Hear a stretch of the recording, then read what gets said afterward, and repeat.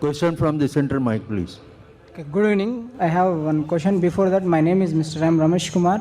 I am from Nayapul. My profession is pastor.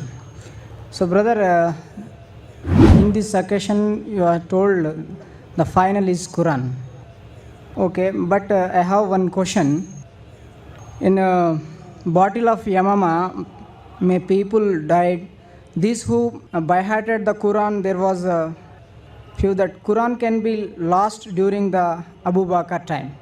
And second, Sahih al-Bukhari, volume 6, hadith number 510 says, but when third Khalifa came, he was fighting with Harimiya people, and that time this found all the way reading a different Qur'ans. So Usman retained. And another thing is Allah says in Quran 15:9 says we have released and we got it. But here the Quran was born, and at the time what was the corrupted, why it was the corrupted, where it was the corrupted, who is what the corrupted, when it was the corrupted? Please answer me. Brother asked a question. He says, when the Quran says in Surah Hijr, chapter 15, verse number 9, which I quoted in my talk, that we have revealed the Quran and we shall guard from corruption. So when the Quran says the Quran is uncorrupted, Allah says it's unadulterated, how come Sahih Bukhari says that the Quran was lost at Abu Bakar's time, then third Khalifa Hazrat Usman came and he found different readings, and then how is it possible? Brother, what you said of Sahih Bukhari is correct. What Hazrat Usman, may Allah be pleased with him, found is variant reading. For example, in English language, there are different dialects. Same English language, a South Indian speaks different. What is your name? An Englishman, what is your name? So Hyderabadi has different accent. I can't imitate it. Hindi style is different.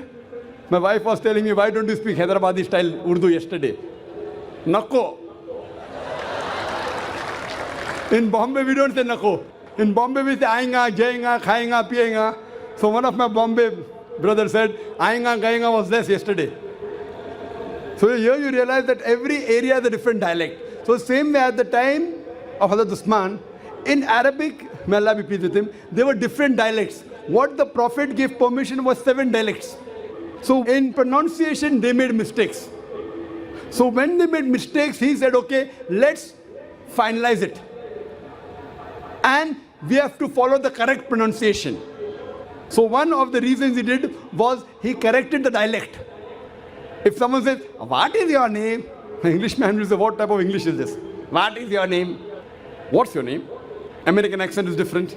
British accent is different. Neutral accent is different. Some are accepted, some are not. This was one of the reasons.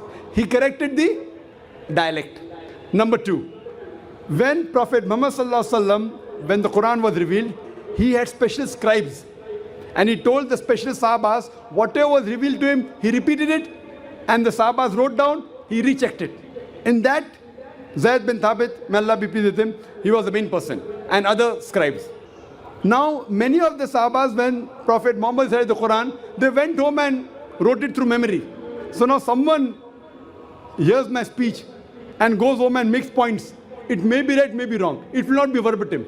But if I tell someone and check up, okay, I'm giving notes, write this, read it again, it's a mistake, correct it. So the copy that was kept with Muhammad Sallallahu Alaihi Wasallam was verified by him when he was alive.